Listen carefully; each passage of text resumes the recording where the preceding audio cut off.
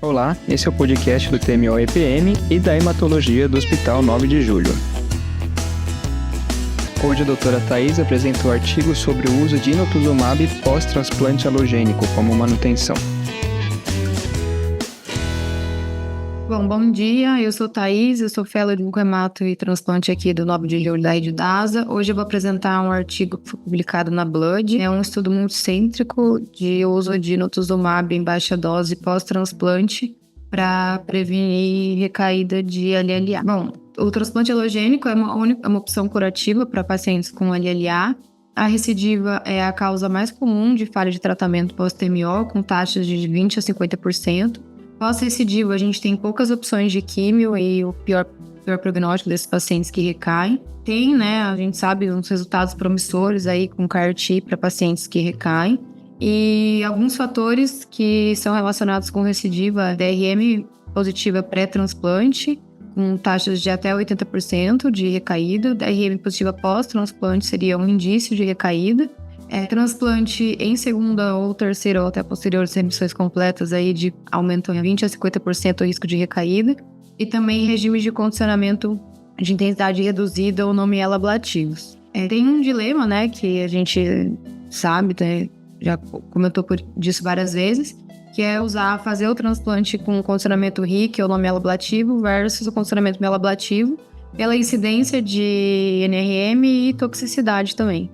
Aí o artigo coloca um problema, que existe a necessidade de intervenções eficazes pós-transplante para erradicar a DRM e reduzir a recidiva sem comprometer a função do enxerto. Como, por exemplo, ele cita no artigo o LLA Filadélfia positivo, que a gente faz uso de ITK pós-transplante. Alguns autores recomendam de 1 a 2 anos o uso do ITK. Atualmente não existe terapia padrão pós-transplante para reduzir a probabilidade de recaída em pacientes com LLA, exceto na LLA Filadélfia.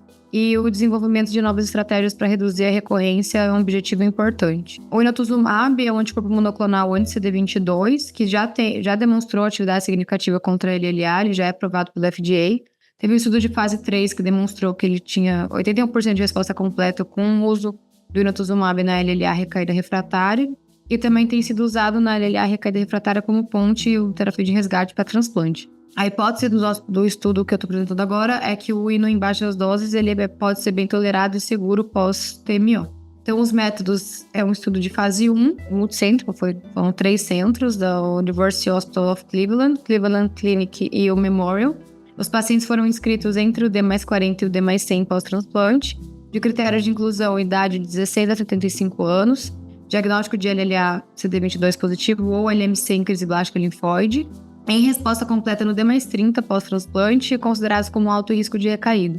Esses pacientes de alto risco seriam DRM positiva pré ou pós-TMO, o TMO pós segunda remissão completa ou posterior, e condicionamento RIC não mielablativo. Os requisitos dos pacientes teriam que ter função adequada do enxerto pós-transplante, então plaqueta maior que 50 mil e neutro maior que 1000, ausência de VHD graus 3 e 4, ausência de VHD de fígado e sem histórico de VOD. Todos os tipos de doadores foram permitidos. Foi realizada a avaliação medular com mielo mais biópsia para determinar DRM e respostas dos pacientes. O estudo ele foi dividido em 4 braços com doses diferentes, 0,3 mg por metro quadrado, 0,4, 0,5 e 0,6, porque o objetivo era determinar mesmo a dose máxima tolerada e as toxicidades com cada dose. O inotuzumab foi administrado no D+1 em ciclos de 28 dias, de 4 a 12 ciclos. Tratamento concomitante com o ITK foi permitido nos pacientes que eram LLA Filadélfia positivo. Os 2 primeiros ciclos foram usados para determinar as toxicidades das doses, que eles colocam como DLT. Então, a de toxicidade temos VOD, citopenia prolongada de grau maior que 3 por mais de 28 dias, e eventos adversos de grau não hematológico e óbito. Os pacientes foram acompanhados por 3 anos ou até 1 ano após o último paciente incluído ter recebido a última dose do inotuzumab, o que acontecesse primeiro. A avaliação de DRM por mielo e biópsia era feita 14 dias depois da primeira dose do inotuzumab, 3, 6 e 9 meses pós-TMO, e 30 dias e 1 ano após o fim da manutenção com inotuzumab. De endpoint primário, a gente tem como determinar a dose máxima tolerada. Endpoint secundário, perfil de segurança, taxa de VLD, NRM, PFS em 1 ano, sobrevida global em 1 ano e DRM pós-inotuzumab. A DRM foi avaliada por 3 métodos, tanto citometria de fluxo, quanto PCR, quanto esse clonoSEQ test. Os resultados. O período do estudo foi de 31 de julho de 2017 a 18 de outubro de 2021. Um follow-up médio de 18,1 meses. Foram inicialmente colocados 19 pacientes, mas um se tornou inelegível por progressão de doença. Então, 18 pacientes receberam tratamento, 4 no grupo dose 0,3, 3 no 0,4, 6 no 0,5 e 5 no 0,6. Os 18 pacientes terminaram o follow-up, 8 tiveram o tratamento completo, 6 mais 1 pararam o tratamento por conta do Covid, porque a gente teve um período aí de pandemia no tempo do estudo. 2 pacientes foram retirados, um por decisão do médico. Durante o primeiro ano do follow-up, um morreu e um recaiu. Então, esse de resultado eu vou falar mais pra frente aqui. Então, das características dos pacientes, então, a média de idade de 44 anos, entre 17 e 67 anos, teve igual distribuição de sexo feminino e masculino. 14% dos pacientes, 14 pacientes, 78% em primeira remissão completa, 3 em segunda e 1 em terceira remissão. 50% de 9 pacientes tinham citogenética com risco adverso, 6 pacientes eram LLA Philadelphia positivo. Os pacientes tinham uma média de 2 linhas prévias de tratamento. A maioria deles era com HCT CI maior que 3. 3 pacientes receberam inotuzumab pré-transplante. E nos pacientes Philadelphia positivo, os pacientes receberam DASA, PONA, NIL, alguns até já chegaram a receber os 2. O doador mais comum foi no aparentado HLA idêntico. A fonte mais comum foi sangue periférico, com 12 pacientes. Teve um só com transplante de cordão. A maioria dos pacientes, 72%, recebeu condicionamento de intensidade reduzida. A principal profilaxia de GVHD foi inibidor de calcineurina com MTX. E a maioria dos pacientes, 66%, tinha DRM negativa, tanto antes como depois do transplante. Só 4 tinham DRM positiva antes e 1 positiva depois. A média de idade dos pacientes que receberam condicionamento mieloablativo era de 29 anos, de 17 a 32 no intervalo. A média de idade dos pacientes que receberam condicionamento RIC foi 56 anos, de 27 a 67 anos. O tempo médio para a primeira dose de inotuzumab foi mais ou menos D mais 84, mas os pacientes receberam entre o D mais 47 e o D mais 100. A média de doses de inotuzumab foi 3, variando de 1 a 9. E os motivos mais comuns para a descontinuação do INO foram principalmente decisão do paciente ou do médico, então 8 pacientes descontinuaram, e citopenia 6 pacientes. Nem todos os pacientes dos mesmos braços receberam a mesma quantidade de ciclos. Então, no braço da dose 0,3, que eram 4 pacientes, 2 receberam 4 ciclos, 1 recebeu 3 ciclos, 1 recebeu 1 ciclo. No braço 0,4 também foi diferente, assim como nos outros braços. Sobre a segurança e dose máxima tolerada, então a gente teve uma plaquetopenia prolongada só no braço da dose de 0,5 mg por metro quadrado aqui, desculpa. Não foi observado a VOD em nenhum dos pacientes. Também não houve diferença estatisticamente significativa no número e grau de eventos adversos entre os níveis de dose. Os eventos adversos mais comuns foram trombocitopenia e neutropenia, mas 3 pacientes só com grau de neutropenia grau 3 e 4 e 6 com trombocitopenia grau 3 e 4. E também náusea e vômito, 44% dos pacientes. A PFS em 1 ano geral foi de 89%. Um paciente só na coorte da dose de 0,5 recaiu 7 meses pós-transplante. Ele compara também a PFS tanto nos pacientes DRM sim, DRM não. Nessa linha aqui vermelha, na parte de cima, a PFS foi de 100%. E ele também comparou a PFS dos pacientes que fizeram condicionamento mieloablativo com os que fizeram RIC. Então, pacientes RIC foi 83% e MAC 100% de PFS. Pós-tratamento com inotuzumab, os pacientes com DRM positiva, aqueles 4 pacientes, e o que tinha DRM positiva pós-TMO, 4 negativaram o DRM após o tratamento com inotuzumab. 2 pacientes que não negativaram a DRM, um era Philadelphia positivo, permaneceu em uso do ITK e estava em remissão, mesmo com DRM positiva no momento do último follow-up, e o outro paciente tinha DRM desconhecida após a conclusão do inotuzumab, mas manteve-se em remissão até o último segmento. A sobrevida global em 1 ano foi de 94%, não relapse mortality foi de 5,6%, então foi relativamente baixa. E ele também comparou a sobrevida global em 1 ano dos pacientes que receberam condicionamento mieloablativo e os que não receberam. Foi de 100 versus 92%. Quanto ao GVHD, 13 pacientes tiveram GVHD agudo, 72,2%, né, do total, chega a taxa alta. E um só, grau 4, e esse paciente que estava na cor de 0,6, ele morreu. Foi o único paciente, de GVHD agudo, foi o único paciente que representou a NRM. GVHD agudo ou crônico, depois do início do inotuzumab, foram 8 pacientes, 44% do total. A maioria do GVHD crônico foi leve, 5 pacientes, e o GVHD crônico grave mesmo só ocorreu em um paciente. Bom, conclusão do artigo é que o uso do inotuzumab pós-transplante ele é viável, não levou ao excesso de toxicidade, não teve VLD ou falha de enxertia. A dose máxima tolerada estudada nesse cenário foi de 0,6 mg por metro quadrado. A trombocitopenia é o evento adverso mais comum e ele orienta que a gente deve monitorar, assim como as outras citopenias também. De terapia celular pós-transplante, a gente tem o DLI, né, para quando o paciente perde quimerismo, positiva DRM. Só que a DLI ela tem uma eficácia variável, nem todo mundo funciona. E tem um alto risco de VHD agudo e crônico, com taxa de até 40%. A viabilidade da DLI também é limitada por uma série de fatores, incluindo a disponibilidade do doador, né, se for um doador não aparentado, principalmente. E combinações de DLI e quimioterapia produziram resultados ruins no tratamento da LLA recidivada pós-transplante. A gente tem esse dilema em quase todos os artigos que falam de condicionamento, que é o condicionamento RIC versus MAC, pensar em recaída, mas também pensar em toxicidade. O estudo ele teve uma baixa taxa de recidiva para pacientes submetidos a condicionamento não mieloablativo ou de intensidade reduzida, e a maioria dos pacientes no estudo eram desse condicionamento não mieloablativo, intensidade reduzida. 4 pacientes negativaram a DRM pós-tratamento, então que apoia ainda mais a hipótese de que o inotuzumab pós-transplante pode negativar a DRM. A non-relapse mortality de 1 ano é baixa, 5,6%, então sugere que essa manutenção é segura e tolerável. Limitação do estudo, a maioria dos pacientes, então, recebeu o regime de condicionamento do RIC, com regimes que não continham busulfano, e a população é heterogênea, então ele não tem como afirmar como se comportaria essa medicação exatamente com a população do regime de condicionamento mieloablativo. E tem uma questão não respondida, que é qual o número máximo ou mínimo de ciclos do inotuzumab que pode ser administrados com segurança pós-transplante, e qual o número de ciclos exatos para ter eficácia na redução das recaídas pós-transplante e na negativação da DRM.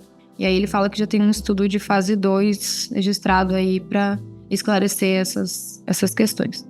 Mas esse foi um estudo de fase 1, que o objetivo era determinar a dose máxima tolerada, e ele concluiu aí o seu objetivo. Obrigada. Discussão. Bom dia, pessoal. Vou comentar o artigo. Meu nome é Rafael, né? Sou R3 aqui de hemato do 9 de julho. Para começar, eu achei que o desenho do estudo muito bom, na verdade. Eu acho que o estudo tem objetivos bastante claros, né? E além dos objetivos, acho que até os critérios de elegibilidade dos pacientes são muito bem definidos. E o estudo foca em pacientes que são bem vulneráveis, né? Tem um alto risco de recaída, né? Então, assim, ele atinge uma população que pode se beneficiar bastante dessa intervenção. Acho também que a variedade de características entre os pacientes, por mais que a amostra seja pequena, e ainda que é um estudo fase 1, então o principal objetivo dele acaba sendo saber qual que é a dose máxima tolerada e também o perfil de segurança dessa droga, né? Eu acho que essa diversidade permite que pacientes que tinham sido expostos a diversos regimes de condicionamento ou outros tratamentos fossem incluídos. Eu acho que isso, nesse contexto, é interessante porque acaba se aproximando um pouco do cenário de vida real, né? Além disso, eu acho que os endpoints deles são bem diversos, eles conseguem abranger bastantes avaliações em geral, e acho que super interessante talvez seria o padrão para avaliar a taxa de resposta ou chance de recaída, que o uso da DRM nesse contexto também é muito bom. Acho que não tem nenhum outro método mais avançado que vá conseguir servir como preditor de índice de sucesso ou de falha terapêutica nesse sentido. Então, acho que é um estudo muito bem amarrado para testar realmente a intervenção em uma população que se beneficiaria muito. Acho que, como a Thaís comentou na apresentação, que inclusive foi muito bem feita, valeu, Thaís, que pacientes que são submetidos a regimes não mieloablativos, né, que foi a maioria do estudo, tem uma grande taxa de recaída, aí 30% a 50%, e com o uso de inotuzumab na manutenção, os resultados foram bastante promissores, né? A PFS foi bem alta para paciente RIC ou para paciente LAC, isso foi muito legal. E a possibilidade de negativar a DRM em paciente que tinha permanecido com DRM positiva pós-transplante também é algo, acho que, encorajador nesse sentido. Na minha cabeça, é um estudo que acaba estabelecendo uma base bem, assim, sólida. Eu acho que é uma hipótese muito boa para ser provada em estudos fase 2 e fase 3, que é a verdade que precisa acontecer para a gente ter certeza que esses resultados vão ser replicados aí, mas é muito, eu acho que acaba dando uma perspectiva bem otimista para o controle da principal complicação de uma doença que é agressiva, né? Para terminar, eu acho que esse cenário já existe para alguns tipos de LLA Filadélfia, como o estudo mesmo comenta. Você fazer terapia de manutenção acaba com quem tem caso, acaba sendo benéfico para os pacientes. E então, assim, ter uma opção dessa para pacientes que também têm LLA, não são Filadélfia positiva, acho que é muito bacana. E também achei legal que até para os pacientes LLA com Filadélfia positivo tiveram condição de serem expostos à medicação. E ele fala um pouco da avaliação da DRM e até para esse perfil de paciente o resultado foi promissor. Então é isso, eu acho que é um estudo bem desenhado, um estudo fase 1, acho que ele engloba realmente a população que precisa ser testada e estou ansioso aí para ver o que a gente consegue ver de resultado de fase 2 e assim sucessivamente. Valeu, obrigadão, bom dia. Então, parabéns pela apresentação, acho que foi muito bom. É um estudo fase 1, é um estudo que o objetivo, igual todo mundo já colocou, é de tolerância e dose, né? E no caso, acho que ele foi bem sucedido nesse quesito dele. É um N pequeno, né? Foram poucos pacientes que a gente conseguiu avaliar, mas também é um fase 1, igual o Rafa já colocou, a lógica perspectiva é quando a gente chegar na fase 2 e 3, a gente tenha melhores avaliações e até melhores avaliações estatísticas também, no posterior. São pacientes que eu acho que tem um gap desses pacientes realmente com relação a uma terapia que você possa fazer no pós-manutenção, já que a gente sabe que a DRM nesses casos é extremamente preditora de recaída ou de risco mais adverso no curto prazo, né, curto médio prazo. Acho que o inotuzumab foi bem tolerado. Eu acho que existem alguns pacientes que realmente se beneficiariam. E eu gostei do fato dele ter colocado tanto Filadélfia positivo quanto negativo, e a gente ter uma manutenção tanto de TK quanto de inotuzumab nesse paciente. Depois até talvez poder avaliar a variação do uso dos dois ou só de um nesses casos. Ele até quis comparar em relação ao uso da DNI nesses pacientes e a taxa de GVHD agudo nesses casos era maior, né, uma complicação. Então achei um estudo interessante. Volto a dizer, é um estudo fase 1, é difícil da gente ter conclusões de curto prazo, né? A gente precisa de maiores estudos, de um N maior, para a gente conseguir avaliar isso de uma forma mais efetiva. A heterogeneidade dos pacientes também acho que é uma das questões que, como é um estudo com N pequeno, com pacientes heterogêneos, às vezes um pouco mais difícil da gente conseguir avaliar, mas que eu acho que o objetivo dele foi concluído com sucesso para ele poder abrir a porta para fazer um fase 2, entendeu? E aí, em relação à DRM, deles terem feito mais de um tipo também, não sei se padronizar tudo vai fazer de todas as maneiras, mas acho que é interessante também. Acho que é isso. Obrigada. Até já falou outras vezes, né, que a gente tem que fazer um carimbo, né, para os estudos fase 1 e fase 2, que são comentários padrões desses estudos, né. Então eu vou tentar não ser repetitivo e focar em algo que seja pertinente. Então, primeiro, a gente sempre acaba pegando no pé em relação a isso, em relação à revista, né, então é Blood Advances, não é Blood, né? Então é uma outra revista do mesmo grupo, mas com um fator de impacto menor.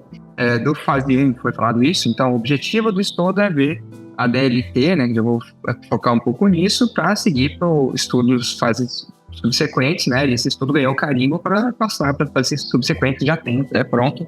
Né? Se a gente quisesse parar por aí, esse é o objetivo do estudo. A partir de agora, né, a gente vai estar extrapolando o dado, que não é por isso que o estudo foi desenhado, mas ok. Você falando do método, né?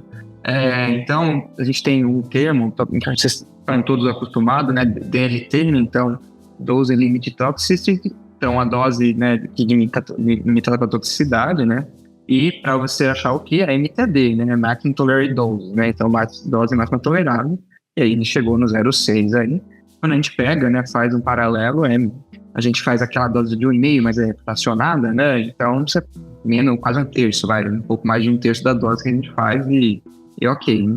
É algo que eu gosto da estratégia, mais uma vez, o Soltman vai responder isso, de colocar uma terapia de manutenção logo após o transplante. E esses pacientes, principalmente, né, o efeito GVL para célula B, né, para linfócito em geral, ele parece, né, os estudos indicam que ele é mais tardio do que para linhagem mieloide, né? LMC, o clássico, a DLI responde muito bem, né? LMC responde muito bem com a DLI, LMA, e esses depois, né, LLA, então, tem gente que não faz DLI porque acha que não responde, então, por quê, né? O efeito de GVL para esse tipo de doença é um pouco mais tardio, você fazer uma manutenção faz sentido, então gostei, né, da ideia, mas pronto, aí.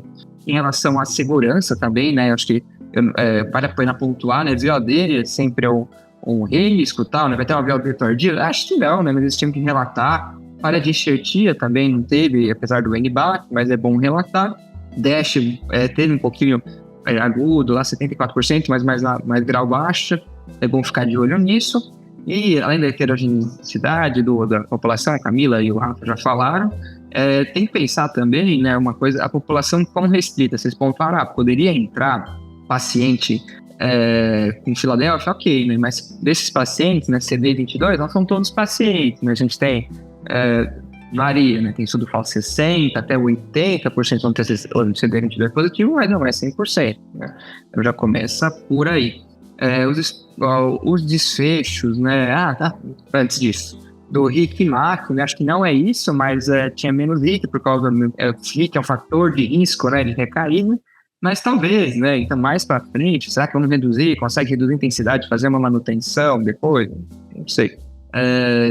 Mas os desfechos aí que não são os objetivos, né, no relapse mortality, PFS, OS, é legal, né, interessante, mas mais uma vez não é nada que eu me anime ainda, não vai mudar a prática clínica, isso, né, não muda a prática clínica, mas abre espaço para estudos posteriores, e vale a pena, né, destacar o E1910, né, que saiu essa semana, acho que vale a pena a gente discutir, né, dessa terapia de consolidação. Então, só para finalizar, presta atenção do caminho da droga, né, das duas drogas para a LLA especificamente que estão fazendo. Então, tanto o Glina quanto o IL, eles vieram no contexto de recaída refratária, né, e aí vem trazendo mais para o começo do tratamento.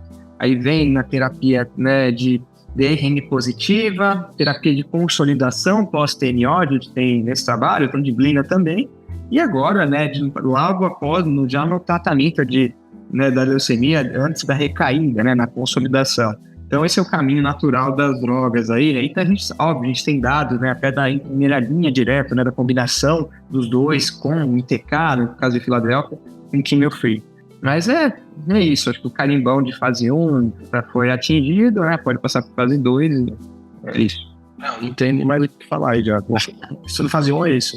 O chato de discutir isso do fase 1 é porque você está vendo uma coisa ainda que não dá para chegar a muitas conclusões. A conclusão é a dose máxima tolerada aí foi 0,6. Vamos a ela e vamos ver o que vai acontecer mais para frente. Então, acho que às vezes tem terapias, esse é um estudo mesmo que tem um potencial no futuro aí interessante, mas nesse momento não tem muita conclusão aí não, só 18 pacientes, dá pra falar que nada é melhor que nada comparado com nada e é isso. Eu acho que é uma droga que tem o potencial de exterminar blastos no futuro. Esse é o filme, então. A única vez que tem no futuro ainda, talvez é uma droga que tenha esse papel de fazer algo bom no futuro aí, mas por hora não dá pra achar dúvida nenhuma, né? Então, você desencanou de fazer a série do Adam Sandler, não, fico muito triste que você não tenha seguido. Não, mas ela volta, olha, tá. Nossa, Sandler sempre aparece. Tá bom. Bom dia, boa sexta-feira aí, né? Ok, pra todo mundo. Pra lá. Bom dia. Obrigada. Tchau. Feliz ter. Tchau, abraço. Então por hoje é isso, até a próxima semana. Tchau.